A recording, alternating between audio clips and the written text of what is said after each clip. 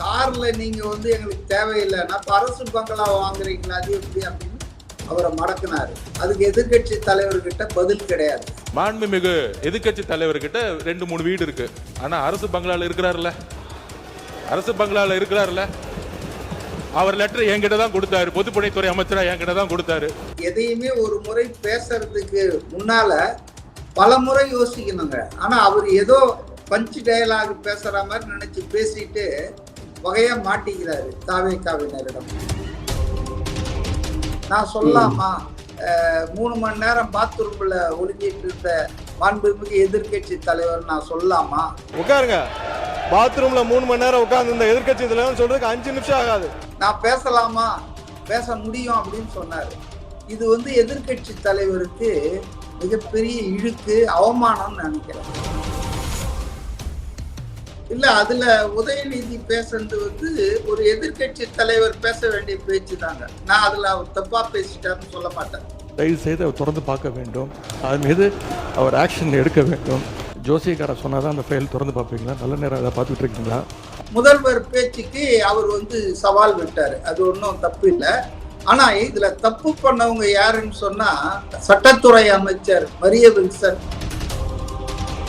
முதலமைச்சர் டேபிள்ல எந்த ஃபைலு எப்ப இருக்குது, ஏன் போகணும், இதெல்லாம் வந்து வெளியே தெரிவிக்க வேண்டிய அவசியம் இல்லை. அனுபவமின்மை காரணமாக நிதி அமைச்சர் மரிய வில்சன் சம்மந்தம் இல்லாம அதை சொன்னாரு. ரைட், அதோட விட்டுருக்கலாம். ஆனா சட்டத்துறை அமைச்சர் நிர்மல் பேசுறது ரொம்ப தப்புன்னு சொல்றாங்க, எப்படி பாக்குறீங்க? இல்ல 2 பேர் பேசுறதுமே தப்புங்க. ஆனா யார் அதை வந்து பேச வைக்கிறார்? ஒரு அமைச்சரை வந்து சங்கின்னு சொல்றதும் ஒண்ணுதான், ஒரு ஜாதி பேரை சொல்றதும் ஒண்ணுதான். வன்னி அரசு இந்த ஜாதி, இந்த அமைச்சர், இதெல்லாம் வந்து உங்களுக்கு அனுபவம் இல்ல, முதல் தடவையா எம்எல்ஏ, முதல் தடவையா அமைச்சர் ஆயிட்டாங்கன்றத நான் ஒத்துக்கிறேன். ஆனா அதுக்காக வந்து பொறுப்பு இல்லாம நடந்துக்க முடியாது இல்லையா?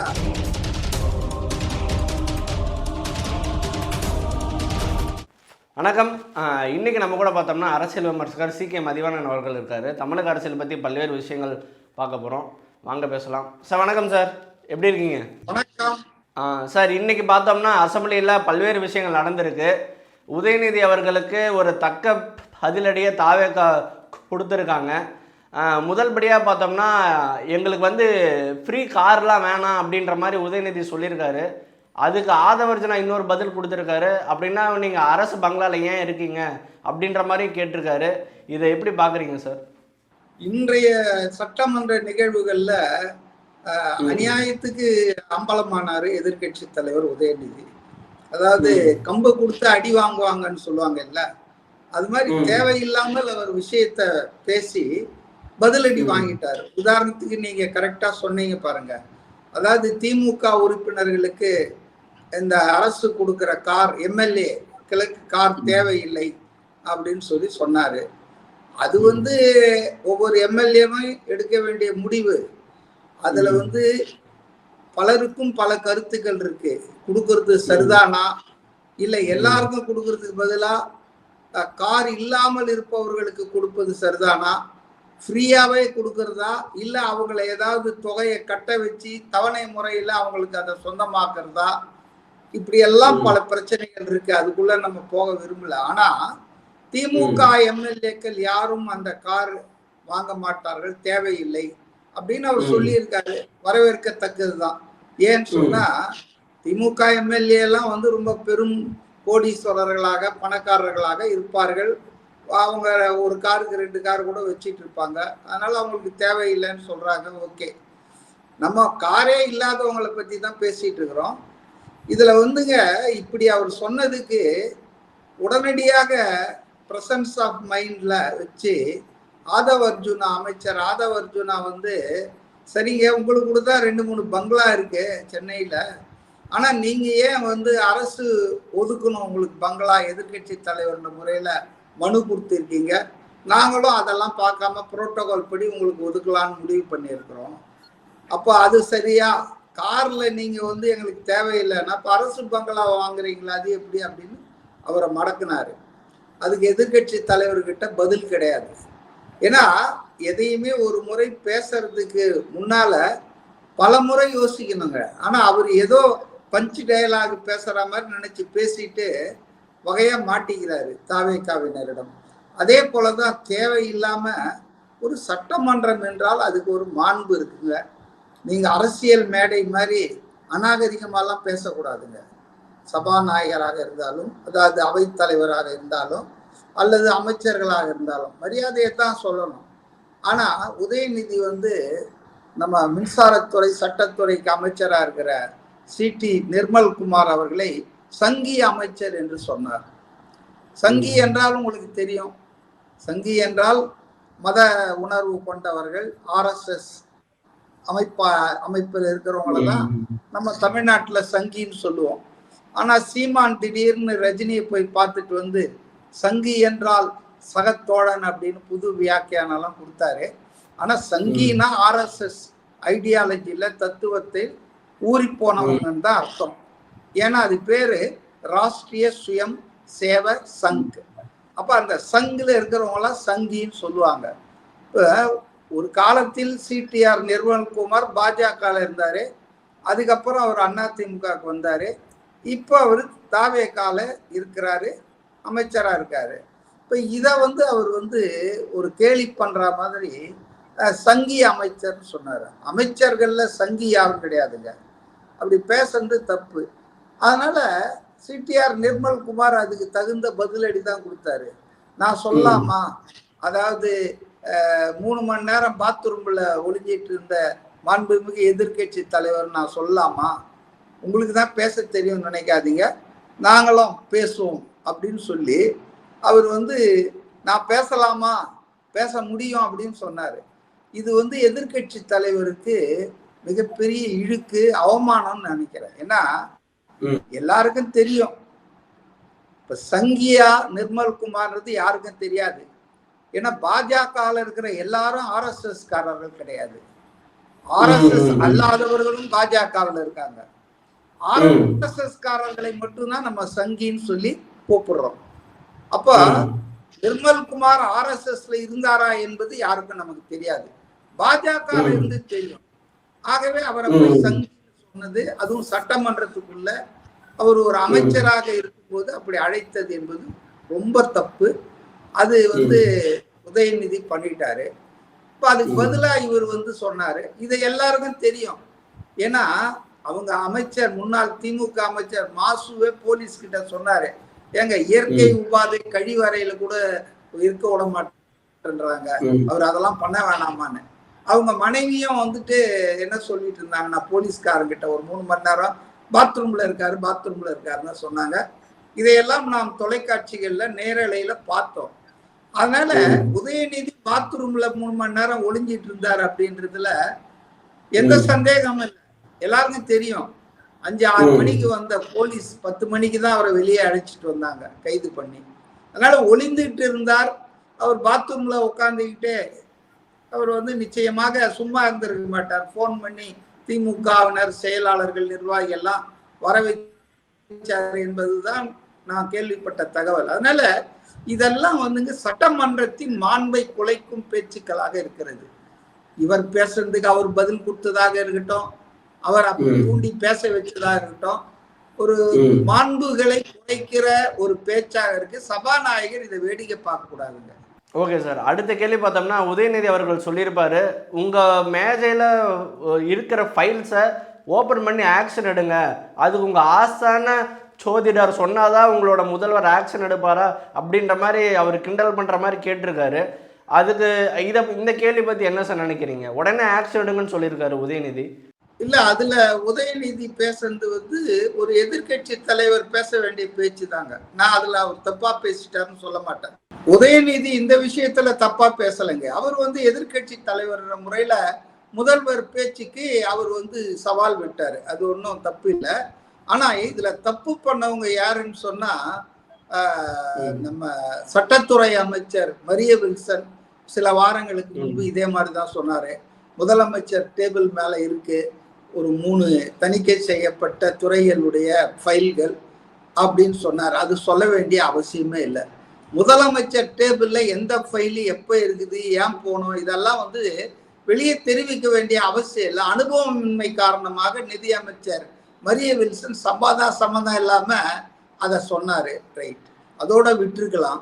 ஆனா முதல்வர் வந்து திமுக உறுப்பினர்கள் வந்து ஆதாரம் இருக்குதான்னு எதுக்கு எடுத்தாலும் கேள்வி கேட்கறதால அவரும் கொஞ்சம் உணர்ச்சி உந்தப்பட்டு எழுந்து திடீர்னு அவர் சொல்லிட்டாரு, என் டேபிள் மேல இருக்கு, அதை வந்து புழைச்சி போட்டோன்னு விட்டுருக்கேன், பிரிக்க வச்சிடாதீங்க அப்படிலாம் சொன்னார். அது தப்புங்க.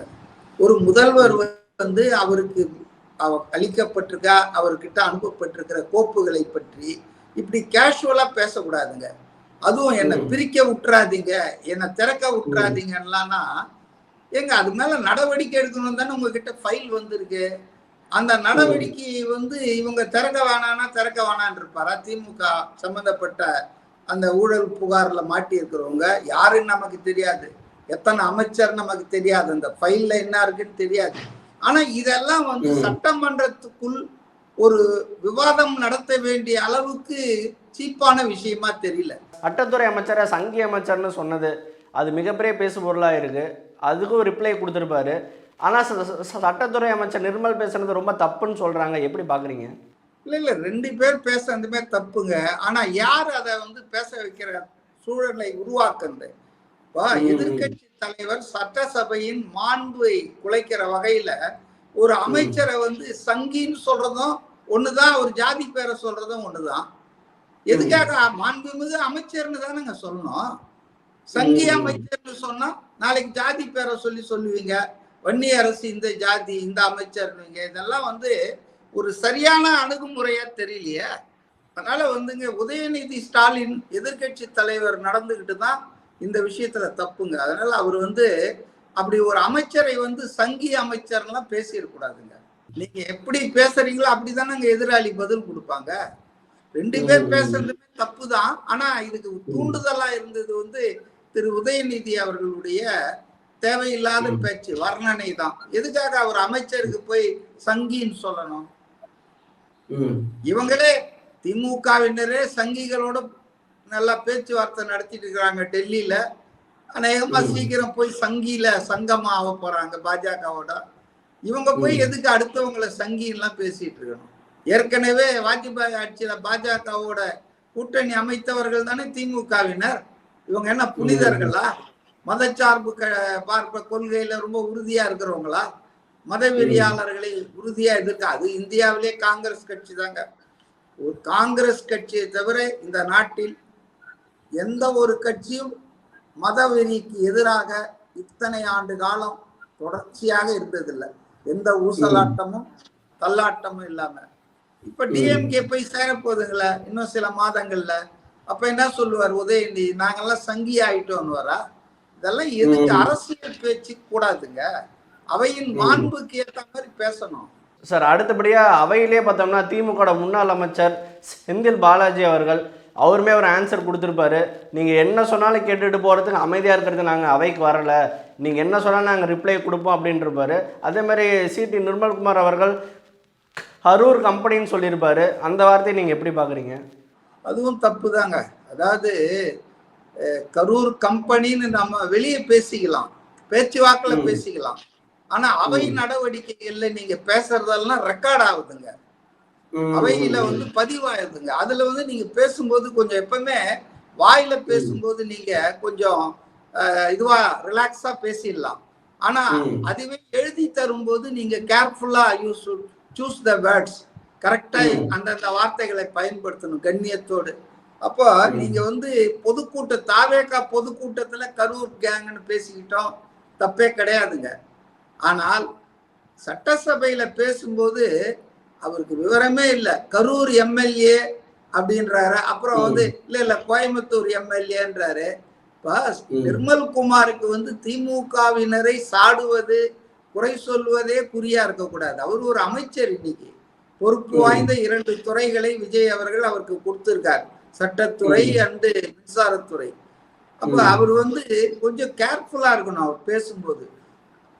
உங்களுக்கு அனுபவம் இல்ல, முதல் தடவையா எம்எல்ஏ, முதல் தடவையா அமைச்சர் ஆயிட்டாங்கன்றத நான் ஒத்துக்கிறேன். ஆனா அதுக்காக வந்து பொறுப்பு இல்லாம நடந்துக்க முடியாது இல்லையா? அவர் வந்து கரூர் கம்பெனின்ற வார்த்தையை பயன்படுத்தியது தவறு. அதை வந்து நிச்சயமா நடுநிலையோடு செயல்படும் சபாநாயகர் ஜேசிபி பிரபாகரன் எடுத்துருவார்னு நினைக்கிறேன். அதே போல இவர் எந்த தொகுதியில இப்ப ஜெயிச்சாரு, எந்த தொகுதியை செந்தில் பாலாஜி இப்போ வந்து பிரதிநிதித்துவப்படுத்துறாருன்னு கூட தெரியாம கரூர் அப்படின்னு சொல்றாரு. அப்புறமா அப்புறம் நம்ம கோயம்புத்தூர் தெற்குன்றாரு. அதனால எனக்கு என்னவோ வந்து ரொம்ப கேஷுவலா இருக்காங்க.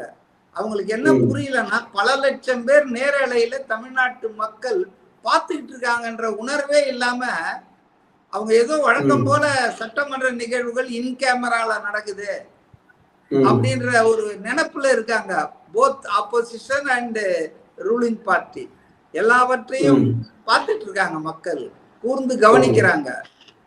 சார், அதுக்கு செந்தில் பாலாஜி அவர்களும் ரிப்ளை கொடுத்துருப்பாரு. நீங்கள் அவை குறிப்பிலேருந்து நீக்கினாலும் நாங்கள் வெளியே போய் ரிப்ளை கொடுப்போம், அவையில் அமைதியாக எடுத்துக்கணும், நாங்கள் அவைக்கு வரலான் இருப்பாரு. அவரோட பேச்சு எப்படி பார்க்குறீங்க செந்தில் பாலாஜி? கரெக்டு தாங்க. அதாவதுங்க, ஒரு ஆளை வந்து நீங்க விமர்சனம் பண்ணீங்கன்னா அவருக்கு விமர்சனம் செய்யக்கூடிய அந்த விமர்சனத்துக்கு பதில் சொல்லக்கூடிய உரிமை உண்டு இல்லையா? அவருக்கு என்ன உங்க விமர்சனத்தை கேட்டுட்டு போயிடணும்னு யாருமே நினைக்க கூடாது இல்லையா? ஜனநாயகமே கிடையாது அது. அவர் என்ன குற்றவாளியா இருக்கலாம், ஊழல் பேர் வழியா இருக்கலாம், கொலை குற்றவாளியா இருக்கலாம், ஊர் பணத்தை கொள்ளையடித்தவரா இருக்கலாம். ஆனா சட்டப்பேரவையில் மாண்புமிகு உறுப்பினர், அவர் முன்னாள் அமைச்சர். அப்ப அவரை பத்தி நீங்க குற்றச்சாட்டுகளை வச்சீங்கன்னா அவரு அதுக்கு விளக்கம் தருவதற்கு அவருக்கு உரிமை இருக்குது இல்ல? அமைதியா எப்படி கேட்டு போவாரு? யார் கேட்டு போவாங்க?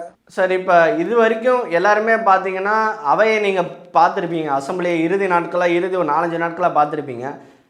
இதுக்கப்புறம் தமிழக முதல்வர் சிஎம் விஜய் அவர்கள் ஆக்ஷன் எடுப்பாரா? ஊழல் பண்ணவங்க மேல என்ன மாதிரியான ஆக்ஷன்கள் எடுக்க போது? இந்த அசம்பிளியிலிருந்து சிஎம் விஜய் அவர்கள் என்ன விஷயத்த அண்டர்ஸ்டாண்ட் பண்ணிக்கணும்? இல்ல, அதெல்லாம் நம்ம சொல்றதுக்கு ஆள் இல்லைங்க. ரெண்டாவது, அவர் என்ன நடவடிக்கை எடுக்கணும்னு ஒரு வாக்காளர்ன்ற முறையில, தமிழகத்தின் ஒரு பிரஜைன்ற முறையில நான் கேட்டுக்கிறேன். இருக்கு என் டேபிள்ல, அதை திறக்க வச்சிடாதீங்க, அது மேல ஆக்ஷன் எடுக்க வச்சிடாதீங்கன்னு ஒரு முதல்வர் பேசுறது எனக்கு வந்து அவ்வளவு உடன்பாடாக இல்லைங்க எனக்கு.